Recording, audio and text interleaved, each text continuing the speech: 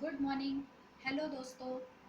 आज मैं आपको इस वीडियो में एक ऐसी कहानी के बारे में बताऊंगी जिसमें एक ऐसा इंसान है जो बहुत ही ईमानदार है और उसे उसकी ईमानदारी का फल मिलता है। ठीक है। आपसे कुछ पूछना चाहूँगी मैं कि एक अच्छे इंसान होने के लिए उसमें कौन से गुण होना चाहिए। चाहे वो विद्यार्थी भी हो सकता है आपके जैसा या कोई बड़ा व्यक्ति भी हो सकता है ना।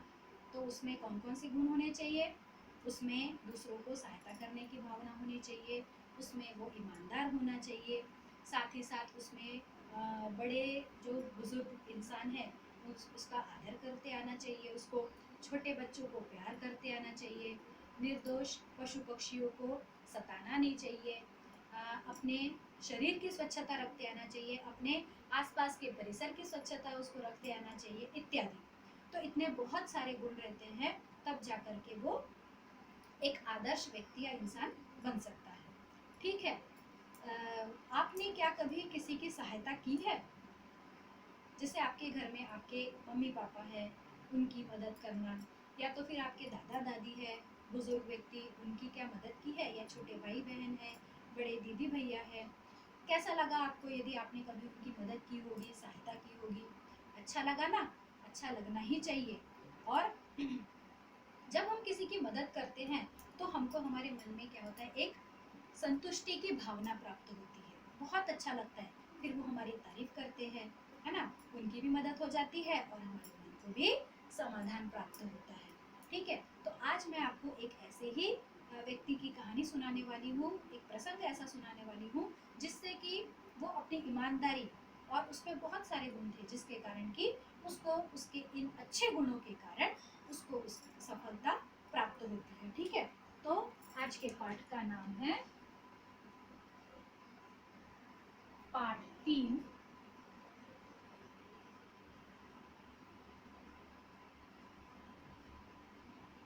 योग्य चुनाव। ठीक है।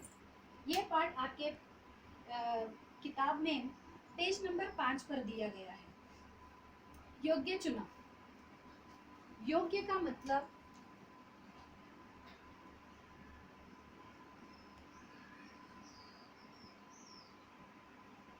इसमें कठिन शब्द मैं यहाँ पर लिखते जाऊंगी। योग्य यानी उचित, सही। ठीक है। और चुनाव,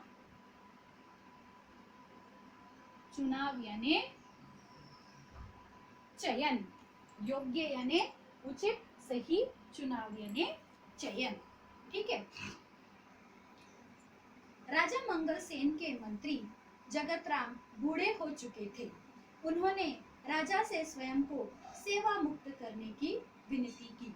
राजा मंगल सेन ने कहा, आप पहले अपने जैसे सेवाभावी, परोपकारी और ईमानदार मंत्री का चुनाव कर लीजिए, तभी आपको सेवा मुक्त किया जा सकता है। जगत राम ने आदेश दिया, राज्य में ढिंढोरा पिटवा दो कि राज्य के नए मंत्री का चयन अगले गुरुवार को किया जाएगा। इस पद के इच्छुक 11 बजे राज दरबार में पहुंचे। हर कार्य गांव ढिंढोरा पीटने लगे। सबसे पहले मैं आपको इसमें जो कठिन शब्द है उसके अर्थ लिखवा करके देती हूँ। ठीक है। अब यहाँ पर बताया गया सेवा मुक्त। सेवा मुक्त यानी ऐसा इंसान जो अपनी सेवा से मुक्त होना चाहता है। इसका इसका अर्थ नहीं लिखवा करके देती हूँ क्योंकि इसका अर्थ किसमें जाएगा, अनेक शब्द के लिए एक शब्द। जब मैं आपको पिक भेजूंगी तब कॉपी में जब आप लिखोगे तब आपको ये ध्यान में रखना है। ठीक है। फिर विनती।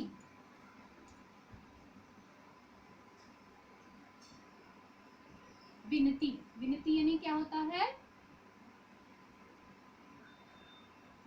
प्रार्थना। विनती यानी प्रार्थना।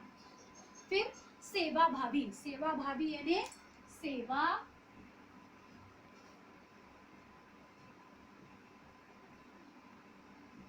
सेवा भावी यानी सेवा करने का भाव। सेवा करने का भाव यानी सेवा करने वाली फीलिंग्स। चुनाव यानी चयन, तो पहले बताया गया है। ठीक है। फिर इच्छुक।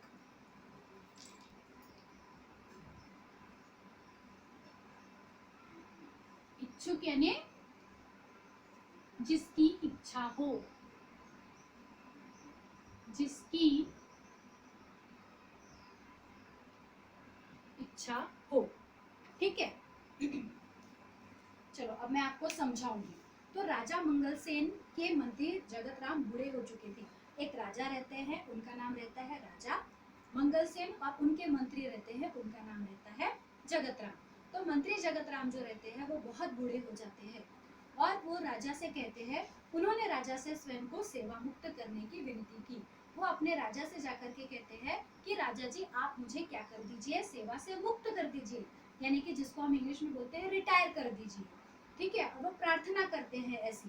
राजा मंगलसेन ने कहा, आप पहले अपने जैसे सेवाभावी, परोपकारी और ईमानदार मंत्री का चुनाव कर लीजिए, तभी आपको सेवा मुक्त किया जा सकता है।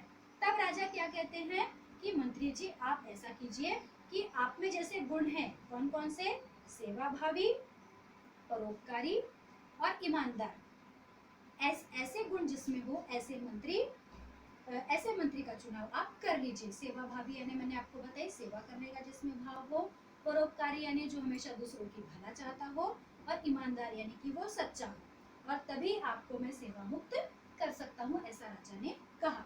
जगत राम फिर क्या करते हैं, पूरे राज्य में आदेश देते हैं, राज्य में ढिंढोरा पिटवा दो कि राज्य के नए मंत्री का चयन अगले गुरुवार को किया जाएगा।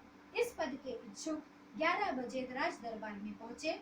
हरकारे गांव गांव ढिंढोरा पीटने लगे।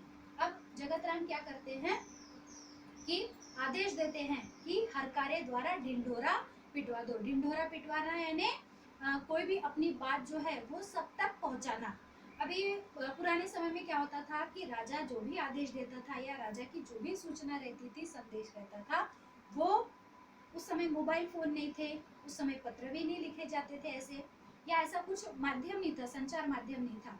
तो क्या करते थे, एक व्यक्ति को नियुक्त किया जाता था और वो क्या करता था, गांव के बीच में जाकर के जोर जोर से ढोल बजाता था और वहां पर जाकर के राजा का जो आदेश रहता था, राजा का जो संदेश रहता था, वो पूरे गांव वालों को बताता था। ढिंढोरे की आवाज सुनकर के पूरे गांव के लोग वहां पर जमा हो जाते थे और वे सुनते थे कि राजा का क्या आदेश है, राजा का क्या संदेश है।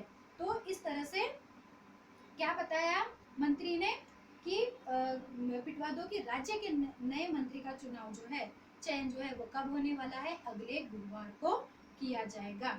और जो जो इस पद के लिए जिसको इस पद की इच्छा है वो सभी राज दरबार में पहुंचेंगे और हरकारे जाते हैं और पूरे गांव में ये ढिंढोरा पीट देते हैं।